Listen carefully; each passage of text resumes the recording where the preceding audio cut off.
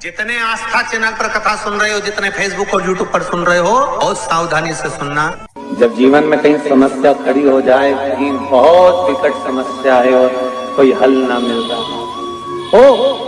हो जाता है। जीवन में कोई कोई घड़ी ऐसी आके खड़ी हो जाती है जहाँ पर हमको सोचने के लिए भी समय नहीं मिलता। तब मंगलवार को अगर शिव जी के मंदिर में, शंकर के मंदिर में जाकर 1 लोटा पानी चढ़ाया जाता है तो हमारे कार्य में उन्नति होती है।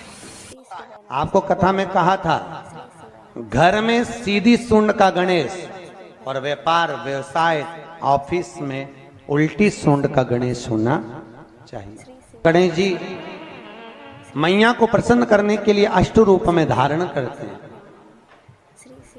तो तिजोरी में हम जो गणेश की प्रतिमा रखते हैं वो वरद विनायक के नाम से रखते हैं। गणेश जी फ्री कब रहते हैं? तो हमने कहा अब ये तुम्हारे ऊपर, हमको तो मालूम भी नहीं, हम तो अपॉइंटमेंट लिए भी नहीं उनसे, तो तुम्हें ज्यादा स्मरण हो। तो किन आप शंकर जी की कथा करते हो, आपको नहीं मालूम कि गणेश जी कब फ्री रहते हैं? हमने कहा गणेश जी फ्री रहने का केवल एक समय होता है, एक टाइम होता है, एक पल होता है, एक घड़ी होती है कि गणेश जी महाराज हमारे घर में आ गए। गणेश जी की सबसे पहली जो आरती हो, उस आरती के समय पर अगर धूप बत्ती जलाई जाए या गोबरी को जलाकर उसमें गूगल छोड़ी जाए और गूगल छोड़ने के बाद गणेश जी का नाम ध्रुम वर्ण कह दिया जाए तो गणेश जी को तुम्हारे घर की पूजा स्वीकार करना पड़ती है। बस वो समय हम जानते, हम तो बस उतना जानते हैं कि शिव महापुराण में लिखा और मुद्गल पुराण में लिखा, गणेश पुराण में लिखा, गणेश जी का एक नाम होता है ध्रुम वर्ण। क्या नाम है?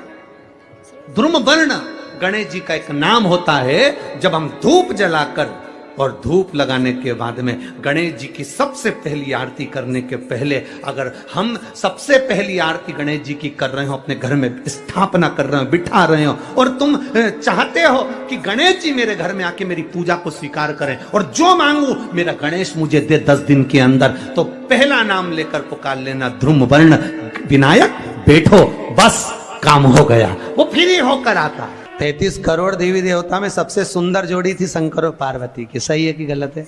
कभी नहीं झगड़ते थे। इसलिए पृथ्वी पर ना तो लक्ष्मी जी के व्रत हैं, ना ब्रह्माणी के व्रत, ना इंद्राणी के व्रत। अगर पूरी पृथ्वी पर सबसे ज्यादा व्रत किसके हैं? माता पार्वती। तीज का व्रत किसका? पार्वती का। चतुर्थी का व्रत किसका? पार्वती का। चौथ का व्रत किसका? पार्वती का। छठ का व्रत किसका? पार्वती का। जितने व्रत है सब माता पार्वती। गणेश जी मैया को प्रसन्न करने के लिए अष्ट रूप में धारण करते हैं। 8 रूप भगवान गणेश जी ने धारण किए। एक मयूरेश्वर गणेश, दूसरा सिद्धि विनायक, तीसरा बल्लालेश्वर, फिर वरद विनायक, फिर चिंतामणि, फिर गिरजात्मज, फिर भगवान गणेश विघ्नेश्वर अष्ट विनायक, फिर महागणपति। ऐसे गणेश जी के 8 नाम हुए। उस समय तिजोरी के अंदर जो गणेश की प्रतिमा रखी जाती है, किस नाम से रखी जाती है? तो तिजोरी में हम जो गणेश की प्रतिमा रखते हैं वो वरद विनायक के नाम से रखते हैं। कौन सा गणेश? वरद। वरद विनायक के नाम से तिजोरी में गणेश रखते हैं। और वरद विनायक के नाम से गणेश जी तिजोरी में रखाते हैं। आपको कथा में कहा था, घर में सीधी सूंड का गणेश और व्यापार व्यवसाय ऑफिस में उल्टी सूंड का गणेश होना चाहिए। वरद विनायक को तिजोरी में। जब मकान का गृह प्रवेश होता है तो गणेश जी की पूजन जो दरवाजे पर करी जाती है उसे सिद्धि विनायक गणेश कहते हैं। कौन सा गणेश? सिद्धि विनायक। जब हम घर में शुभ कार्य हो, बंदर बाल लगाएं, कोई दरवाजे पर शुभ लाभ लगाएं या स्वस्तिक बनाएं या माताएं दरवाजे पर रंगोली डाले, तो उसी समय पर सिद्धि विनायक के नाम से रंगोली डालना चाहिए। तो घर में लक्ष्मी बढ़ती है, सिद्धता बढ़ती है। याद रखिए, कभी भी गणेश जी को, मिट्टी के गणेश जी लाते हो भादो महीने में, तो विसर्जन करो तो विसर्जन के समय पर 2 बिंदी, एक कंकु की एक हल्दी की, दीवार पर जरूर लगा देना चाहिए। क्यों? क्योंकि गणेश जी हमारे यहाँ आते हैं तो रिद्धि सिद्धि के साथ आते हैं, पर जब गणेश जी जाते हैं अगर हम बिंदी नहीं लगाते हैं तो गणेश जी अपनी रिद्धि सिद्धि को साथ में लेकर चले जाते हैं। पति के साथ पत्नी वापिस चली जाती है। जब हम बिंदी लगाते हैं तो उसका मतलब होता है कि हमारे घर की बहू हमारे घर में रहे, बेटा भले भ्रमण के लिए जाए। तो गणेश जी जाते हैं, रिद्धि सिद्धि घर में रह जाती है। इसलिए रिद्धि सिद्धि को घर में रखने के लिए 2 बिंदी लगाना चाहिए, एक कुंकू की, एक हल्दी, रिद्धि सिद्धि। गणेश जी की प्रियता है दुर्वा। क्या प्रियता है? दुर्वा। कितनी दुर्वा गणेश जी को समर्पित करी जाती है? मात्र 5। कितनी? आज के जमाने में लोग गट्ठा बनाकर चढ़ा दें, वो अपनी जगह पर 5 दुर्वा पंचम इंद्रियों को वश में करने के लिए और भगवान के 5 जो स्वरूप हैं उनको अपने भीतर उतारने के लिए 5 दुर्वा। और दुर्वा में भी 3 गांठ। जब दुर्वा समर्पित करी जाती है तो उसमें नीचे दुर्वा की डंडी पर गांठ रहती है, 3 छोटी छोटी गांठें होना चाहिए। चतुर्थी का जो व्रत करने वाली होती हैं, जो चतुर्थी का पूजन करने वाली होती हैं, उनके भीतर का एक भाव होता है कि जैसे ही शाम का समय आए चंद्रदेव का पूजन करें। चंद्र जब प्रकट हो जाए, कलश भर लिया, उसके नीचे आखा दाना रख दिया, चावल गेहूं जो भी आप रखते हो पूजन के लिए, ऊपर पात्र आदि रख दिया, जलाशय, फिर अपन ने घी का दिया लगाकर पूजन भी कर ली। तो जो चतुर्थी का पूजन करने वाली होती है, जो चतुर्थी का नियम व्रत धारण करने वाली होती हैं, बड़ी बड़ी चतुर्थियां करती हैं या उसका नियम धारण करती हैं, तो चतुर्थी का जो पूजन करती है वो किस चीज के लिए होता है? केवल संतान, पुत्र, परिवार, हमारा कुटुंब, हम जिस कुल में हैं, हमारा कुल वैभव की ओर बढ़े, संपदा की ओर बढ़े और उसकी आयु बढ़े, उसकी आयु बढ़े, वैभव बढ़े। बहुत ध्यान दीजिएगा महाराज, चतुर्थी की पूजन में जो आप आखा दाना रखते हो, गेहूं वगैरह कुछ भी जो रखते हो, उसकी बड़ी महत्वता होती है महाराज। यहां तक कहा गया है, चतुर्थी की कथा तो आप लोग पढ़ते होंगे, जो लोग पढ़ते हैं उनको मालूम होगा। चतुर्थी की कथा में लिखा है,